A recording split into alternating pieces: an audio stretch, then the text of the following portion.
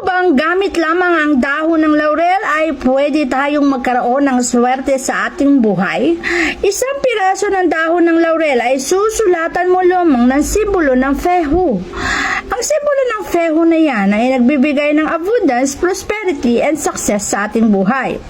So, ang gagawin mo lamang ay kukuha ka ng isang piraso.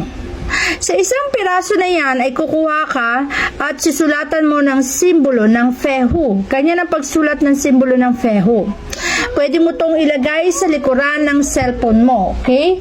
Sa likuran ng cellphone mo, kapag nilagay mo to, ay magbibigay ito ng swerte habang ginagamit mo ang cellphone na yan. So, ito, kapag may case, ilalagay mo lang dyan. Yung dahon ng laurel, may simbolo ng fehu, okay?